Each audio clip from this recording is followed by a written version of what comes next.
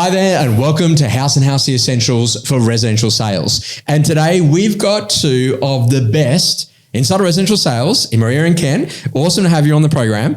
What we're going to do today is we're going to talk about everything that it takes to be amazing in residential sales. And we want to think about this, that if in the next 30 minutes or so, if we had to teach someone brand new, how do we scale them from zero to hero super fast with all of your experience and your knowledge of what you've gained in working here in the Dubai marketplace. So we're going to start off with you, Ken. We're going to have a quick conversation, then we'll kind of work a bit with you, Maria, on different things. But the first one that I always think about is getting great area knowledge. Now, a little activity I did on the weekend is I was working with Simon Baker and I said to him, you know what I'm going to do is I went into ChatGPT and I said, make me a phenomenal real estate agent inside of Dubai selling property in Arabian ranches. And I want you to give me every detail you can.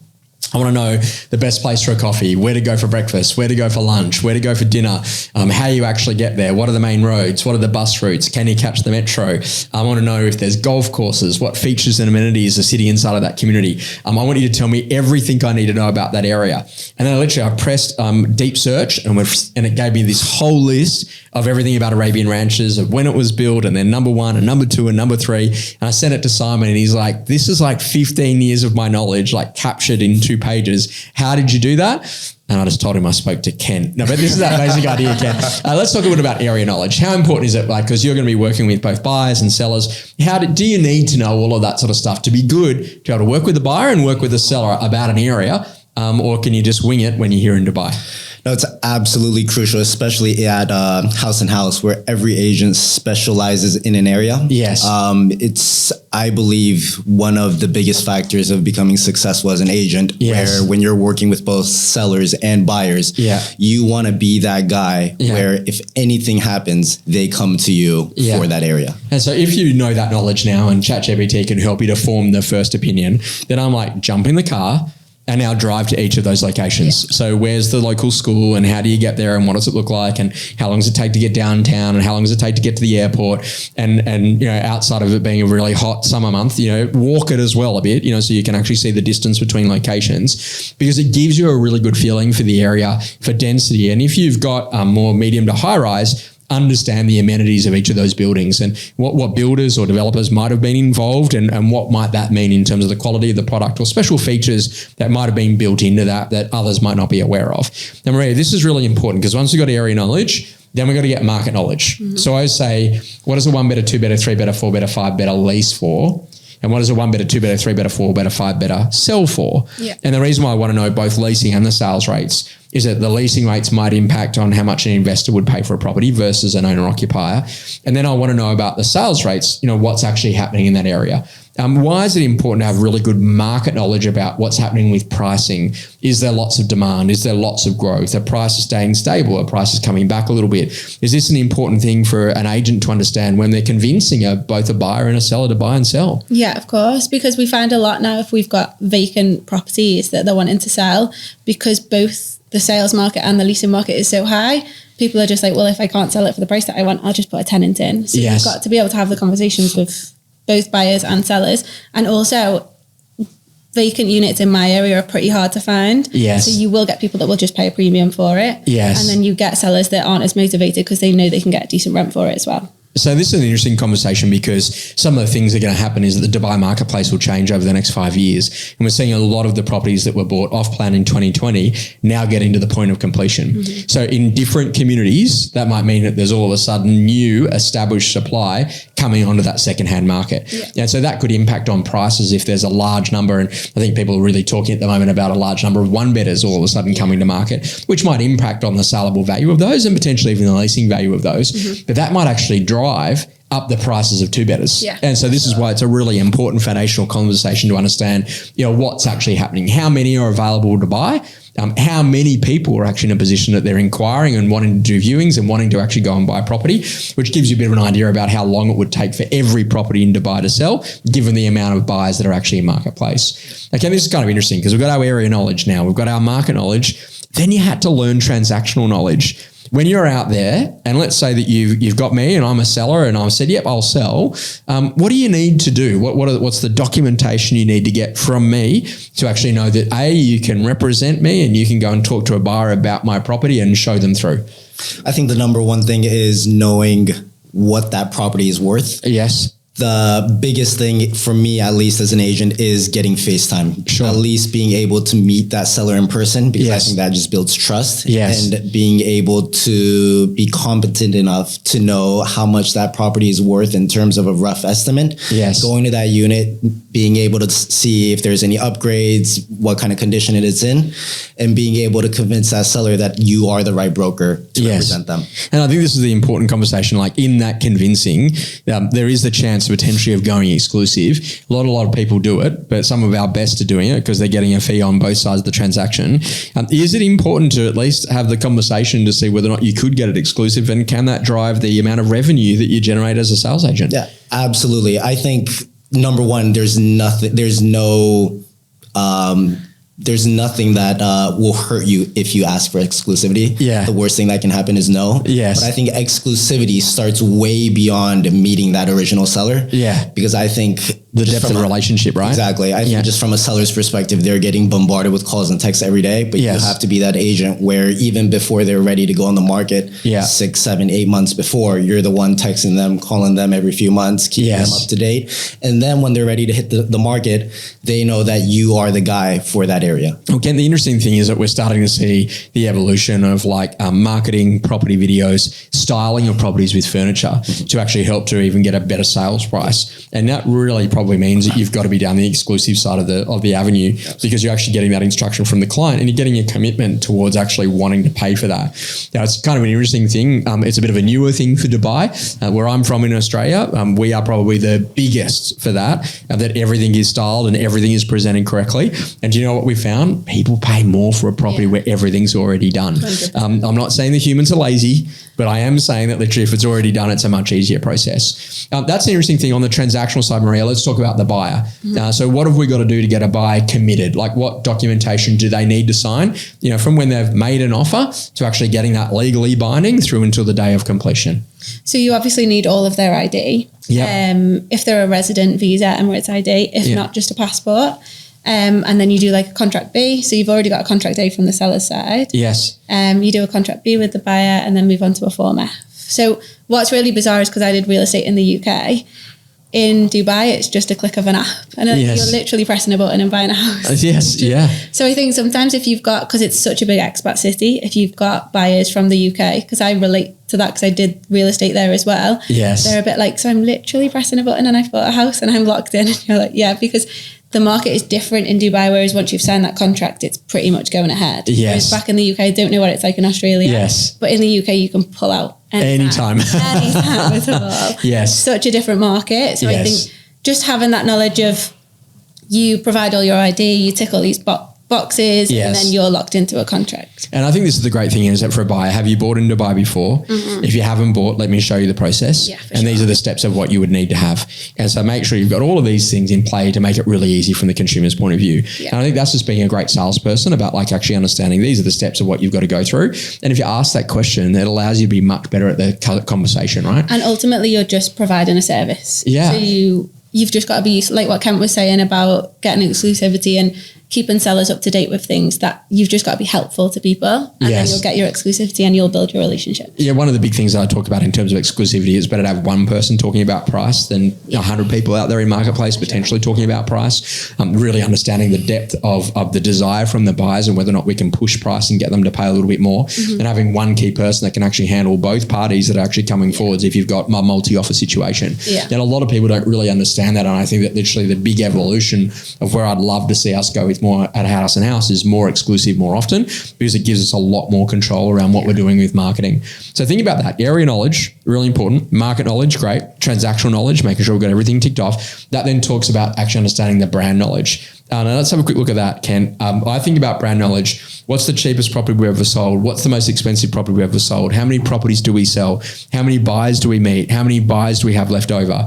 When I start to build all of that out, I've got a unique story that allows someone to be able to buy me exclusively and pay more for the privilege to use you as their estate agent. How important is it for someone to develop the brand knowledge of why a buyer should buy through House & House and why a seller should sell through House & House? I think it's extremely important. I think one of the biggest blessings of working at a great company like House & House is I believe we've built such a strong brand of being in the market for more than 10 years.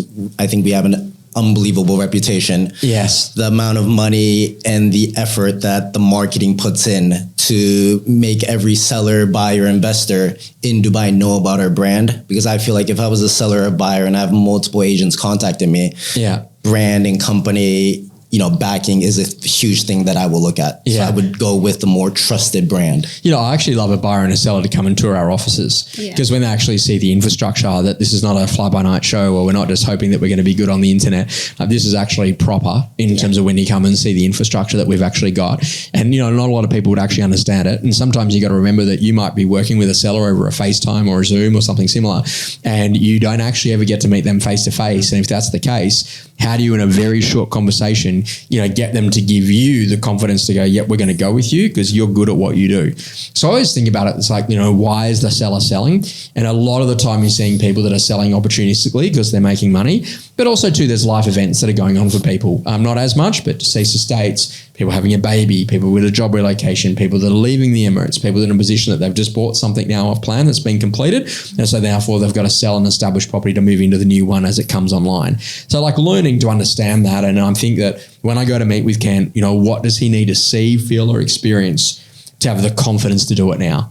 Now, Maria, this is a really important foundational piece. To be a great agent, you've got to learn how to generate leads. Yeah. How do you find sellers? So I'm really fortunate in the area that I'm in because they just come to you.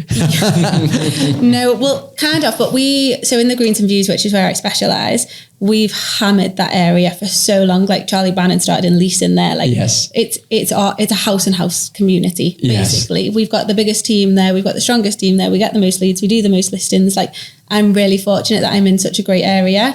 So we've got a huge database of clients that have bought and sold off us for the last 10, 12 years. Yes. So it's like Ken is new. His team is new to Creek. Yes. So the way he generates leads and the way I do is completely different. Like as a team, we've already got such a big client base. So it is just a case of maintaining relationships and keeping in touch with people and getting properties online. And then the leads do just come to us. So good. So because it's like the dentist, right? Hey, you due for an annual checkup. Did you want me to pop out, give you an idea on what it's worth now? Yeah. Hey, by the way, if you sold it for that figure, would you be prepared to do that? And if I found you something to buy, would you be open to that? For your family's growing up, why don't I get you a larger lot or plot of land? Yep. But you start thinking about that. Like it's a really great business. Mm-hmm. Because what you're doing is you're thinking about working with the existing data that we've already got. Yeah. Ken, that's been a bit of a different journey by the sounds of it, about having to build data or capitalize on what's actually happening in a newer market for House & House. Tell us a little bit about your journey and what's the fastest way for you to generate leads now, knowing what you now know and how you've actually built that market share. I think the biggest thing for me from my journey was that I started in Creek Harbour leasing. Yes. Which gave me a huge kind of background in terms of being able to explore the area, meeting tenants, meeting landlords. And now finally being in residential sales for a little over a year now, I'm starting to finally get repeat business. Yes. I think in Dubai, tenants become buyers and then landlords eventually become sellers. Yeah, sure. So, that's been huge for me, where I've been able to put my name out there in Creek and being able to keep in touch with everybody every few months, so that whenever anything real estate related they need, my face and my name is the first person to come up. Yeah, and I think the whole key thing is that you're already their agent before they need an agent. So when you're thinking about what's actually happening inside of their marketplace, if there's been a new property that's come to market, if there's a property that's actually just been sold, if there's a buyer that that's left over from another campaign, like these are great people to get on the phone and go and ring and say, hey, I thought I'd give you a quick call. We've just been in a position, we've had a buyer who's just missed out on a property. It's pretty similar to yours. Would you be open to having a buyer come through yours if they paid a great price? And just being opportunistic about creating that opportunity. So I've got a bit of a menu here, right? So let's talk about some of the menus and see whether or not it gets you. And I like going to restaurants because restaurants give you a menu. I don't know, but if you went home tonight and your partner Maria said, oh, look, here's a menu of tonight's dinner, that would be a great option, right? So there might be a different experience, but this is an idea. So first thing I think about is like market activity. So every single time there's a listing or a sale in an area, in a street, in a building, who needs to know about that? Because that might actually impact. If it's a bigger house, you might get somebody who wants to sell their smaller house and buy into that. If it's somebody's in a 2-bedroom and they want to buy a 3-bedroom unit, then they might move up in the building. You might be in a position that you've also got people that have got an asset of a similar type. So, hey, when these 2 better sells, I'm going to let you know because it might impact on the saleable value of yours. So this is really thinking about like finding out about market activity as it happens. Sometimes it's hot spotting. You know that you've got a lot of buyers who are looking for 2-bedroom apartments at this particular price point. So you go and ring owners that you know that own 2-bedroom apartments of a similar price point. You let them know that we've got a lot of demand. Would you be open to getting a buyer through? Then I've got previous vals. So we've been out. We've given someone an idea on what the value of their property was worth. We're now in a position, hey, how have things progressed? What are the next steps? How can I help? If I had a buyer, could I mention you or should I sell them something else? So really simple dialogue is a part of that. Then we've got past clients. So like literally just getting back on the phone and doing the annual checkup calls, 10 years worth of transactional data. That like people move for very different reasons in life. Where are you at? Would you like me to pop out, give you an idea on the value? Even if they don't actually do a transaction, they have the ability to refer. They're down at the coffee shop, they're having a conversation with someone at dinner. Hey, you know what? If ever you need to sell, ring Maria or ring Kent, they're our agents. Like that's actually how referral actually happens. And a lot of people forget that being able to build that relationship over a period of time, so they've got your name and number already saved in their phone, makes it easy for them to flick your name and number onto someone else. And Kent, that must feel amazing when someone goes, oh yeah, hey, I spoke to Charlie and he said that you were really good with him when he bought from you. So could you come and sell ours? Like, does that feel good when you get that sort of an experience? Oh, it's amazing because that means that you know that you serviced that previous client properly. Yes. They were happy with their service and they're able to, put their name on the line to refer them to me. Yeah. So it's a great feeling. One of the great adages in life is that what's the difference between a buyer and a seller? And the answer to that question is time. Because the buyer who buys becomes the seller of the future. Yeah. And a lot of people don't necessarily think about that. So great buyer work is a massively important part. And it's the way that we generate a lot of our fees. And in fact, the majority of our fees is actually paid by the buyer. Yeah. And like literally if less than 10% of transactions are exclusive, then that means that the buyers are actually got to make sure that they've got a good relationship with that agent. And we've got to be really good at what we do with that buyer work. Now, a lot of agents tend to think that buyer work is about dealing with an inquiry. So the property goes online and an inquiry comes on and we go and take someone to a viewing and we even call them back. I think that buyer work is even better than that. It's really thinking about all the previous inquiries we've already had. It's finding previous valuations that are technically buyers that if we found them something to buy, then they'd sell theirs. Wanting the 3-bedder in the building when they've got the 2-bedder and learning how to make sure that that buyer is going to make that decision to choose you. Now, buyers are not always loyal, but how do you make sure that you get the right briefing from the buyer and then land them on the right property, Maria? What are some of the things that you do to, get everything you need to know about, maybe their preferences and timing and urgency and getting them prepped and ready? Like, in other words, do they have the cash in the country? Do they have foreign exchange? Are they in a position they've done a transaction?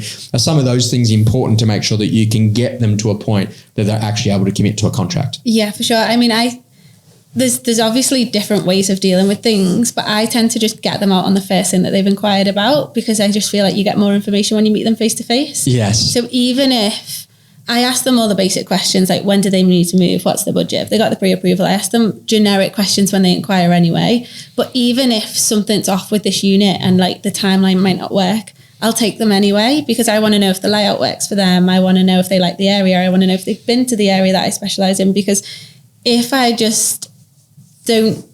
dismiss them from that unit and I send them other things, they might hate the area that I work in. Yes. And I won't know that until I get them there and I get them face to face. So I try, whatever they inquire on, I try and take them out regardless of whether it 100% works or it doesn't. Yes. And I know some people don't do that because they want to fully qualify and go, well, that's a waste of time. That property won't work for them. Yes. But I see a lot of value in just meeting people anyway. So regardless of whether it works or it doesn't, or I think it might not work or it might, I'll just get them there anyway. And you know what that is? That's like immediate relationship building. Yeah. And that's really what it's about. So it's like, okay, great. If it's not this one, I'll sell you something else. Yeah. But the basic idea is that you're looking there, someone's prepared to jump in a car, meet you at a property. For sure. You know what? They're interested in doing something and they're going to do a transaction. Yeah. Now, to me, there's a couple of questions that are important that literally could qualify. Have you bought in Dubai before? Mm-hmm. That sets off a whole series of alarms if they say no to that, because then there's a whole new range of things I've got to make sure I've got right. If they have bought in Dubai before, hey, hang on a second. Does that mean you've got something to sell or something to lease? So that could be some additional transactional pieces. And then actually understanding about like, what's the urgency? Are you buying to move in or you're buying as an investment. And those things there could actually help to qualify. I get you to start to think, it's like, okay, great, here we go. And it cascades down. And then as you all of a sudden say these questions, you're going to land on that particular asset. Yeah. Now, I'm very lucky. I grew up in a real estate family, and my grandfather in 1972, he used to get people in a car and he would drive them to 3 houses. He'd take them and show them the expensive one. He'd take them and show them the cheap one. And then he should take them and show them the one that they should buy. He would then bring them back into the office, and then they would then sit in the meeting with him. And the only way that they get their driver's license back was if they actually signed a contract with him, and that's how they bought houses. Now, that was 1972. Now, call it 2025 and beyond.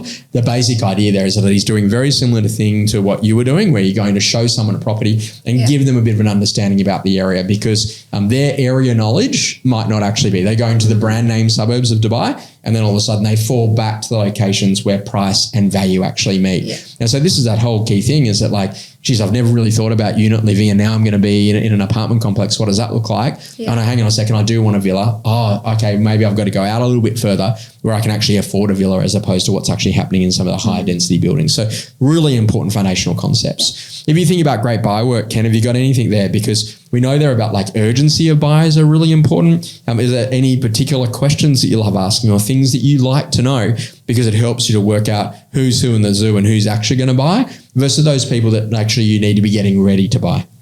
I think one of the biggest questions that I like to ask any buyer is why they are buying. Yes. Whether they're an investor, end user, maybe they just want a second home in Dubai. Maybe it's for holiday homes, yearly rental. Yes. That changes the entire game plan of that buyer. Sure. Yeah. And this is kind of interesting thing, because sometimes you've got people that are very speculative, and that has pretty much driven the market over the last 5 or so years, where people are like, I'll buy 10 and then I'm going to sell 9. And you're like, how does that happen? And you don't always get the whale of a client, but there has been some really significant key people that have bought large numbers of properties inside of Dubai. Mm-hmm. So you need to know who's who in the zoo. So who is a repeat customer, who's the returning customer, who are people that have done a lot of transactions in Dubai, versus people that are doing their first one. Now, we don't treat them any differently, but we might provide an even higher level of service to someone who actually does multiple transactions. And I think this is a really important foundational concept. Today, we're going to talk a little bit about really understand bringing deals together. Now, Ken, how do you do that? Let's go and work on when we're negotiating with a buyer, when we're negotiating with a seller, are there any key things that you look at to bring a deal together?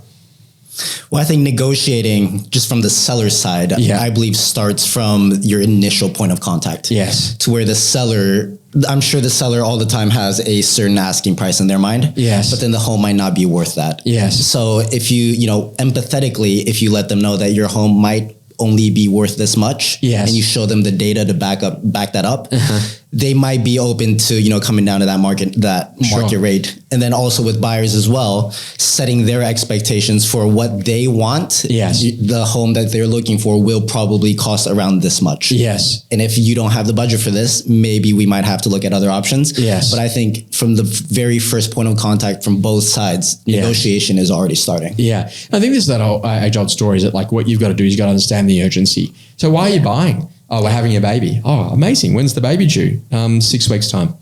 Okay, great. There's a lot of urgency there, isn't there? All of a sudden, I've got to buy, and we're going to move out, and we're going to try and, we want to abort, and then after the baby's born, then we want to move in. Could we make that happen? That's a very urgent situation, as opposed to, well, if I get an architecturally significant property, then I might buy it, which is purely someone who's aspirational about their nature. So again, we always use 3 key words, and I saw Tom do this the other day in the brand: problem, timeline, destination. So what's the problem the customer's trying to solve by buying?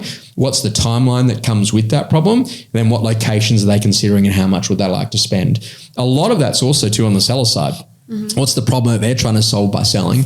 How urgent is that problem for them? Do they need money? Are they in a position, something already happened? Have they got completion on a property coming up shortly, and they need the funds from the sale here to affect that? And then literally, what are they going to be doing once they do actually sell? So are they buying again, or are they taking the money and doing something else with it? This is really important to get that right. Have you got any particular things that you love to do, Maria, with a buyer to make sure that when you're presenting an offer on behalf of them, that it makes it more attractive to the seller? Is that, for example, a stickler to detail of filling out a form to make sure that you've got everything that you need in terms of name and entity, the deposit amount, the completion or settlement timeline, particular conditions that might be coming with that offer? all the way down to the actual final dollar amount or the final dirham amount itself? Yeah.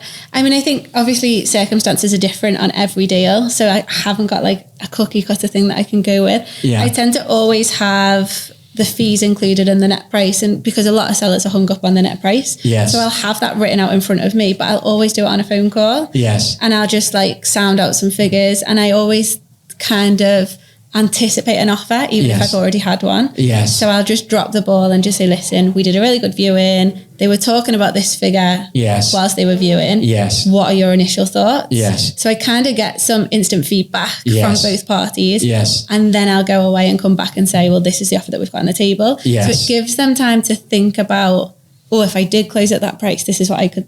They've got the money in their heads then. Visualizing it. Yeah, for sure. But what you're actually using is a technique called anchoring.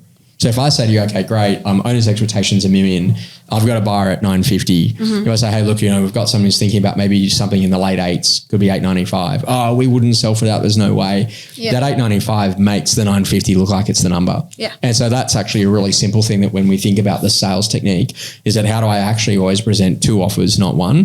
Because if you present 2 offers, then literally that second offer will make the first offer look like it's the money. So it's a really important thing to kind of understand that. Now, when you're thinking about that in terms of closing a seller, sometimes sellers can be a bit resistant. I've got another agent who's told me they could get me more. I've got another situation. I might just wait. I don't think this is the buyer. Ken, is there anything that you do to try to get your sellers prepped and ready to go so that if an early offer does come in and you think it's the money, like it's actually a really good offer, to actually help them to understand the environment and why it's such a good offer?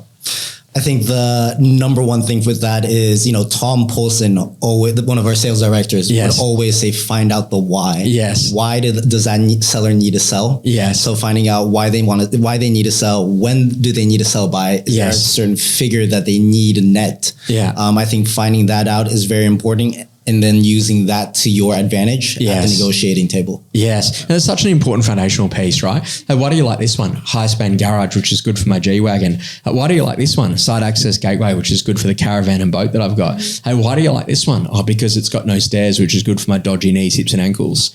If you know that about the buyer, they're going to pay more. Yeah. Now, I always just say, hey, why this one? Why now? Why else? So I think about those as like some question framework. So why this one? Oh, because of that. Oh, why else? My mother-in-law lives in the street, which means I've got a built-in babysitter. Gotcha. Does that make sense? Like, why now? Oh, because we're having a baby. Wow. So like you've actually got like all of the urgency factors discovered in like literally 3 little questions. Yeah. And then it's also about making the seller aware that they're urgent and that's why they're paying the price that they're paying. Yes. And it just puts a little bit more quality on the offer that you're giving. Sure. So I've got a buyer at the minute that I'm working with, and she is paying premium on everything that I offer her because she's in a rush. Yes. Now I've got a seller who's not really motivated to sell. Yes. That she bought off me about a year ago. Yes. Completely renovated, and I know my buyer will love it. Yes. So she's offered over the odds. It's not worth what she's offered. Yes. But she's in a rush. She'll pay a premium because she wants what she wants. Yes. But also if that seller then decides that he doesn't want to sell now and comes back to me in 6 months, he's got to understand that I might not get that offer again. Yeah. So people will pay premium because of particular reasons. And so it's about communicating that with both parties as well. It's a really important world. You operate with lots of different situations and different global events. All of a sudden means that you've got people coming from all over the world. Mm-hmm. And so then off the back of that, you're omni-channel. So you've got WhatsApp, you've got SMSs, you've got emails, you've got phone calls at 24/7 in a 24/7 world. So how do you cope with all of that, Kent, when it actually comes to like really getting focused on making that stuff happen? Well, you're absolutely right. Like our work never stops. I really think it's a 24-hour job, 7 days a week. Yes. But then the biggest thing that I always remind myself is that if I don't service this client, another agent would. Yeah. I feel like just in Dubai, it really feels like there's more agents than there are homes. Yes. So I feel like if I don't provide the best service possible at that time, I can just be replaced immediately. Yes. So I think it's just keeping that kind of urgency. I always love that. There's an old school saying, if you're not calling, your competitor is and they'll beat you. And it's just like, oh, wow. Okay. So not to drive your anxiety, but it's a really important thing. Sure. This comes back down to discipline and focus. Mm-hmm. So Maria, do you want to talk a bit about that? Because like I just had some basics where I'd say Monday, Tuesday, Wednesday, Thursday, Friday. They're the days of the week that I'm going to be in office. Saturday, Sunday, I'm probably doing a lot of viewings and out in front of clients. Mm-hmm. So on those days, are there activities that I do every day? and other specific activities that I do on certain days. So in my world, in my brain, I think Mondays is a real reevaluation of who are my best buyers right now. Have I met anyone over the weekend? Is there anyone that's got a lot of urgency in the last week? Is there anyone that I need to put the ball down on, that if I went and found a property for them, then they would absolutely buy it today? So that's like, that really drives a lot of my prospecting and my lead generation. On Tuesdays, I tend to look at, okay, I'm going to go through all of my potential sellers, previous valuations, people that I know that are thinking about doing something. I'm going to see if I can progress any of them today. So have I been able to find them something to buy? Have they got the job relocation yet? Has something actually happened that would move their motivation more forward? And on Wednesday, what properties have I currently got on the market right now? And what do I need to do to reposition them to get them sold? So could I change pricing? Could I change marketing? Could I change my approach to make sure that I can get some more buyers down to that property? Could I have a conversation with the owner about some sort of inclusions or different things that we could do to make the property more appealing? That might be including some of the furniture items or getting a wall painted or doing something, to actually refresh it if for some reason that property is not selling. They're pretty much the control risks. So if I get Monday right on buyers, Tuesday right on sellers, Wednesday right on current listings, Thursdays and Fridays take care of themselves. And then the basic idea is that in the morning on the phones, in the afternoon, do lots of appointments. And I was just thinking that literally if I get 1 appointment, 2 appointments, 3 appointments a day, you'll keep Josh Phegan away. But it's a basic idea that my dad would always say to them, it's like nothing happens in business until the first sale is made. And the first sale that's made every day is booking the appointment. So you got to get your appointment numbers up. And if you get appointment numbers up, and that's what you're talking a lot about, the benefit of that is that you're in a building, you're in a street. What happens? You bump into someone in the lift. You bump into someone in the street. You call into the store and pick up a coffee and you meet a seller or a buyer while you're there. And you're not going to do that whilst you're in the office, which is whilst you're out there and you're dealing with people that are in market today, it's going to be the easiest way to go and drive momentum. Your thoughts on productivity and performance? Well, what you've just said is the basics. And I think this job is easy. Yes. Like if you strip it back, that is what you've got to do. You've got to, on a Monday, you've got to come into the office. You've got to check all your for sale availables are still for sale availables. Nothing's happened over the weekend. You've got to check that your buyers are still hot. Like you've just got to do the basics. Yes. You've got to keep on top of it all. Yeah. And I think people can get overwhelmed by the job and people can get lucky and think it's easy. Yes. And it is to a degree, but the hardest part about it is just keeping your mindset up and staying consistent. But that is you've got to keep in touch with people. Yes. You've got to do the basics and you've got to do them well and you've got to do them consistently. So it's that easy as what you've just explained. So I was sitting next to a person who just did their biggest ever transaction of their career. And I was like, wow, like it was a big number. And I was like, surely they're going out for lunch. And he was like, no. He goes, that's just happened. You know what I'm going to do now? So what's that? He goes, I'm going to ring next door and let them know. Yeah. And pick up the phone and say, hey, by the way, it made X, 2 buyers left over. What would it take to get them through yours? I was like, is that how it happens? He goes, yeah. He goes, we have specific time when we celebrate the success, but it's not after every transaction. So that might be on Saturday night, we go out for a nice dinner and we do something to really celebrate what's happened during the week. But the moment we've made that sale, who needs to know? Because now if I get on the phone, ring other people in the building, ring other people in the street, that actually might go to drive that. That's a really important part to think about how you actually grow and scale. And for a lot of people, when they're coming into a sales environment, they get caught up. I've got to make sure that this month that I actually go to hit my budget, that I hit my target, and I've got to make sure I'm getting revenue in the door. What's the easiest way for someone to get revenue in the door and to get that monkey off their back and to move into a position of feeling more about success than being worried about whether or not they're going to keep the job? I think both of you guys really just hit it on the head where doing the basics, making sure you're in contact with all your vendors, all your buyers, making sure you're constantly building that relationship. As long as you're disciplined, you do the basics. As Maria said, this job really is not hard as long as you're doing the basics. And sometimes doing the basics and keeping up with that is the hardest part of the job, having that discipline. So don't take this the wrong way, but there's an old school saying, the higher the IQ, the worse you do in sales. And what I mean by that, overthinkers. And so like just dumb it down and just do that. And like over and over and over and over again. Now that doesn't just every time we come to one of your talks and I leave, I'm like, he makes it sound so easy. But the basic idea here is that like you could be incredibly smart, but use that creativity, but also know the difference that creativity is not required in this part. Just absolutely, okay, great. I'm going to get on the phone. I'm going to ring every seller in that street. Hi, my name is Josh. We haven't had the opportunity to meet. I've just represented number 14. It's just been sold. It made X. What would that mean that your place is worth? Hey, look, I thought I'd give you a quick call. I want to let you know, no, we've done a previous valuation on yours. This one just sold at this. There are 2 buyers left over. What would it take to get them through? Yeah. And I always just think that, probably the key word for me is like, what's the trigger event? So when this happens, who needs to know about that? So I'm thinking past clients, previous valuations, people that we know in the street, owners that actually live there, landlords that we know that might own an investment property there, landlords that might actually be in a position that they live there. So we've got all this data that's sitting inside of or data, sitting inside of our data/database. Like we've got to get on the phone and go and ring all those people and go and make that happen. That's kind of an interesting thing. When you think about like getting beyond, like I think about the discipline of on the phone, make appointments, on the phone, make appointments, on the phone, make appointments, have fun with it, smile when you're on the phone, make more appointments. If you're in a position, you start thinking about that beyond target, what does that look like? Because, like initially when you first start out, you just want to hit target, and then you want to get on the leaderboard. But you see some of the people here on the leaderboard and they're 10 times what their target has been. What does life look like at that level? Do you think in terms of the difference of what that person brings to the table versus what the newer person's bringing to the table? Like what's the difference there in the skills, the knowledge, the experience? Is it just that they're so refined now on systems and dialogue that they can do more of it? Yeah, I think it's the discipline to just keep being able to do the basics every single day. And, a lot of the trainers and our directors say, just time in the market. You got, as an agent, you got to have a very long-term vision and a long-term perspective of things where being able to do the basics, having that discipline to do the boring stuff every single day. And then you never know, you get that magic phone call where literally your life can change. And I've actually have had that where, I call one person and then in the last 6 months, that person has actually bought 3 homes from me. Yes. I mean, you just never know. Yeah.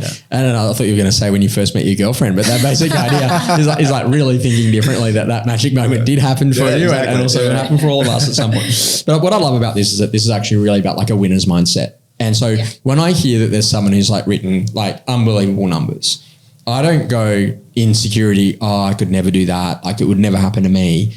I think, how did they do that?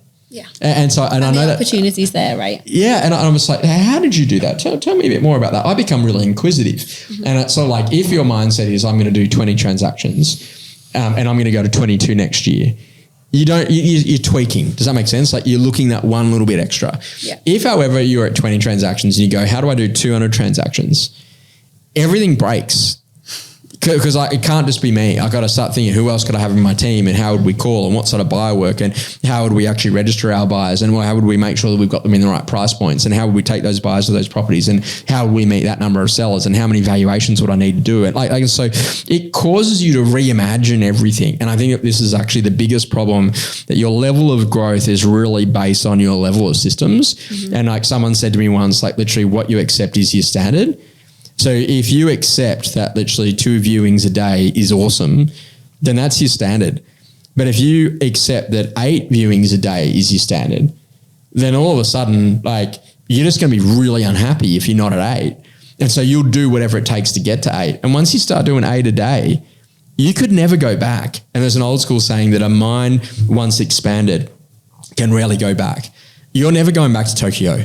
You're never going back to Liverpool. And what I'm trying to get you to think about is that like what we grew up with as kids is not what we're doing now. Yeah. And currently today, you are, believe it or not, in the middle of living out your wildest dreams.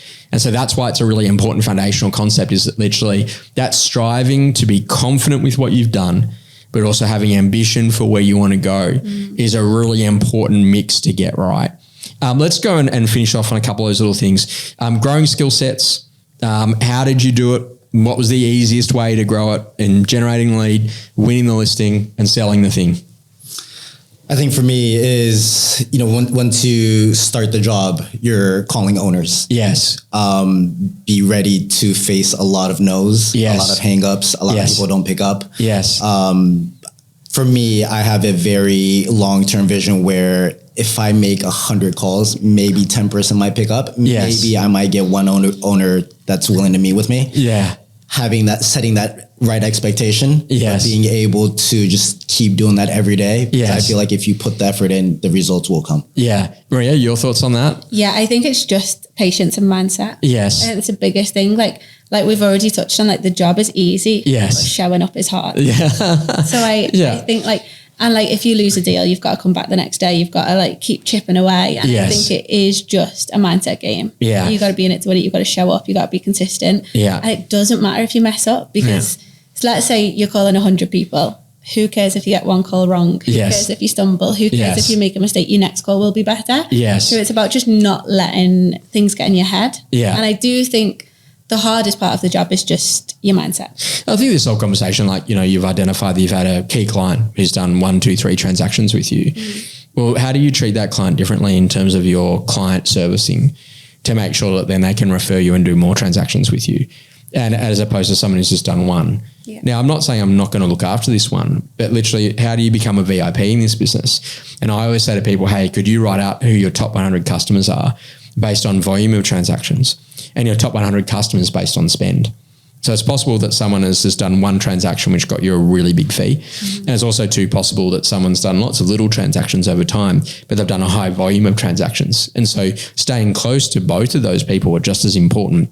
That's where I really think a lot of agents kind of miss it. So they I'm going to be in Dubai whilst it's good to me, as opposed to saying, hey, I'm here for the rest of life. Yeah. Because I've chosen a lifestyle based on warmth and based on great experiences and based on great restaurants and also too based on the opportunities that are afforded in a growing city. And that's a really important foundational piece, is to remember that if you're here whilst it's good, you probably won't do well. Yeah. You've actually got to make sure that you're here for a lifetime.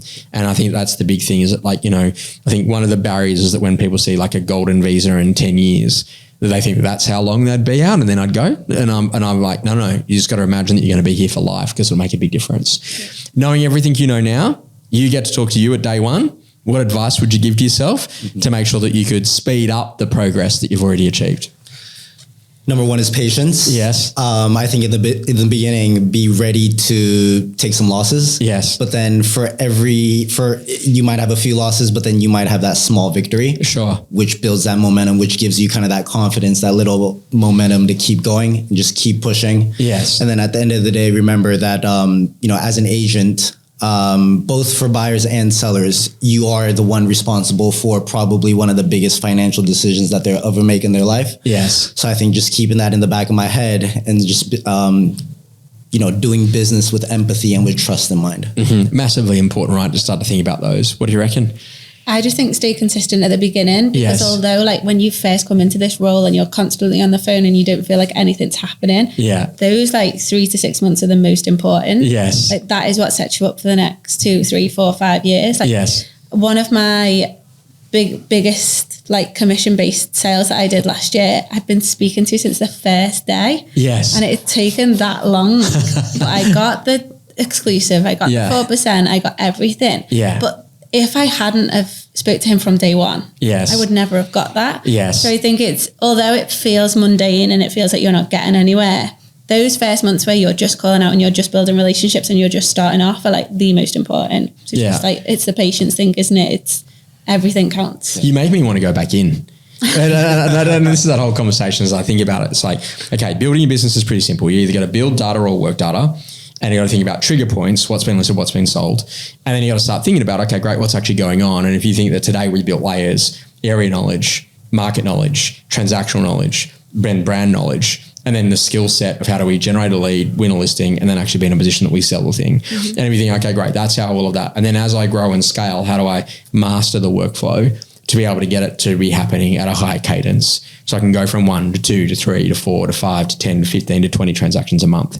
And that mindset's got to shift, that literally I'm playing a game here. And if you play it as a game, you're going to love it. Yeah. If you're in a position that literally you don't and if you earn good money, put some aside. So then that way it doesn't matter if you don't make a sale this week, because you don't have that like urgency, I guess, in a bad way. We like, I need to make a deal else I'm out of Dubai and I'm on the last flight and I can't afford my plane ticket and maybe I can canoe, you know? Wrong. Like as soon as you start thinking like that, that's when everything. Yeah, absolutely. Like as soon as you got a backup plan, you're in serious trouble. Yeah. And if you bought the canoe, take it back because you got to be back in that position. And now you got to get back in and actually really go and do the work. Yeah. Lovely to spend some time with you guys. Congratulations on your success. Awesome to have you on the Essential series here at Haus & Haus. We love great talent that's coming into the business that's really doing some amazing things inside of the business. Thanks for being trailblazers and setting forward the path for future generations and giving your time today to be able to help them to be incredibly well. Guys, thanks so much for spending some time on our Essential series. That's everything on residential sales. We look forward to seeing you next time.